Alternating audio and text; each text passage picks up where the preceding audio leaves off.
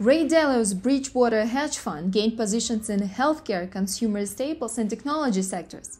What is his strategy? Hi, you're on Gainy channel. My name is Paulina, and today we are going to break down Ray Dalio's all-weather investment portfolio and see how he's preparing for 2023.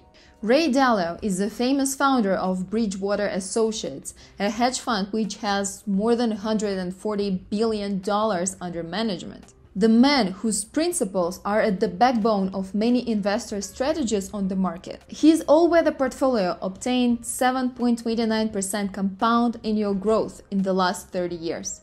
No wonder the whole world is watching what he is doing on the market. Although his portfolio has been in the largest drawdown since its inception in 1992, I'm sure that such megamind as Ray Dalio will figure it out how to gain back. Let's look at recent actions and see what is his strategy. As you can see from these statistics, the largest buys are Visa, Mondelez, Johnson & Johnson, Alphabet, and Microsoft. So he's increasing an already big share of healthcare sector by buying Johnson & Johnson in it, and not so big consumer staples sector by buying Mondelez. These facts don't say much.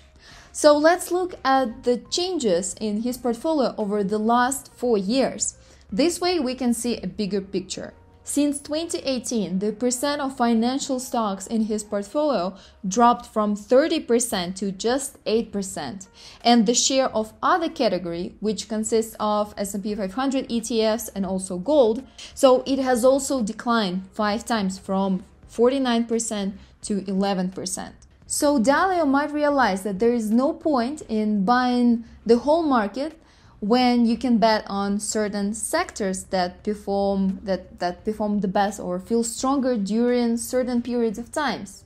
We suspect recession here. So since the second quarter of 2020, his portfolio got totally rebalanced. To replace finance and S&P 500 in his portfolio, Dalio started buying consumer staples such as Coca-Cola, Pepsi, that have, by the way, they have similar shares, although Pepsi is slightly bigger. I don't know if it means anything. And General Mills, which now comprises 12.7% of total portfolio. As well as he substantially increased healthcare share. It used to be 1.83% in 2018, and now it's 20.5%. However, the largest share of 30% of his portfolio belongs to consumer discretionary. Companies like Procter & Gamble, which by the way has the biggest share, McDonald's, Walmart, Costco, etc. This does look like preparation for high inflation environment, as the companies mentioned above are the ones who can transfer increased prices to their consumers easier. The biggest mistake I see in Dalio's portfolio is selling energy stocks too early. As you can see in this picture, he sold his last share. Not the last share. He has more than 100 companies within his portfolio, but the share substantially decreased in 2020. So he sold everything in the second quarter of 2020. But since that time, they grew 72%. Knowing that energy stocks have high correlation with inflation, Dalio started buying these stocks in the beginning of this year. Although, since the beginning of this year, they grew a lot too, but again, he kind of missed that that bull market that happened last year. Whereas Buffett was buying Occidental Petroleum shares since 2019, and by the way, he has already made $4 billion on just this stock. At the same time, Dalio started increasing exposure to technology sector while it's so much discounted. It's classics of the American market that smart money comes into play when the rest of the market participants are in fear and in hurry to close their positions.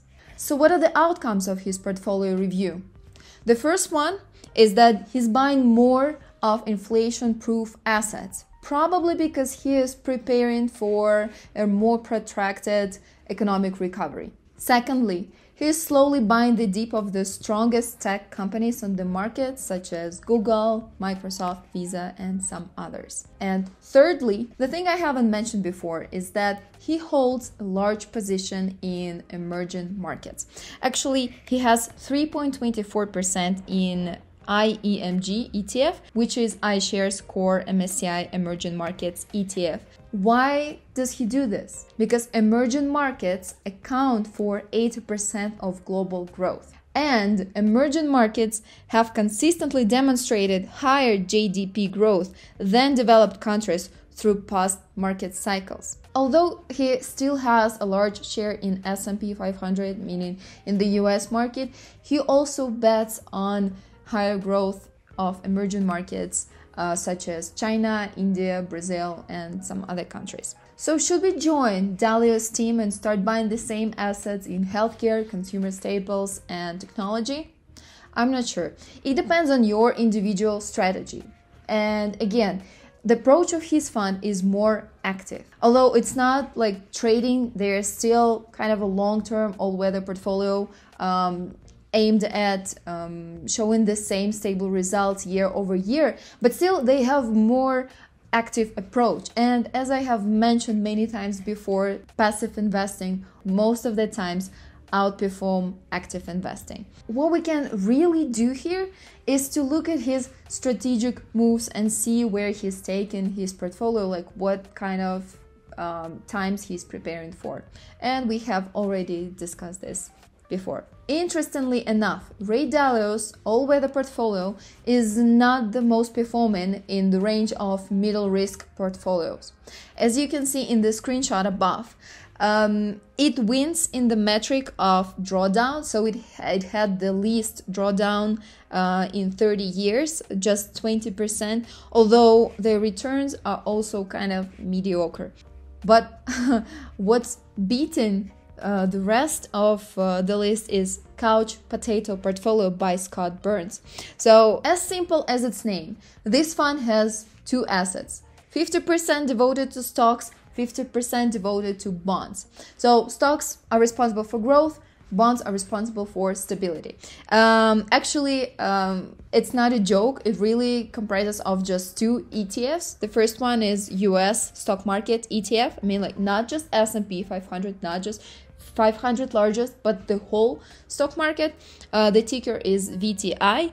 And the second half is the iShares US Treasury Bond ETF, GOVT. So what's the conclusion here? The conclusion is that even Couch Potato Portfolio can outperform the smartest minds and some more active and diversified portfolio, because Ray Dalio has more than 100 stocks, and of course they go through the long process of analysis based on fundamentals and technicals, etc. But such simple portfolio as Couch Potato still beats it. Anyway, thank you for watching this Ray Dalio's portfolio breakdown, and let me know in the comments below who should I review next, and see you next time.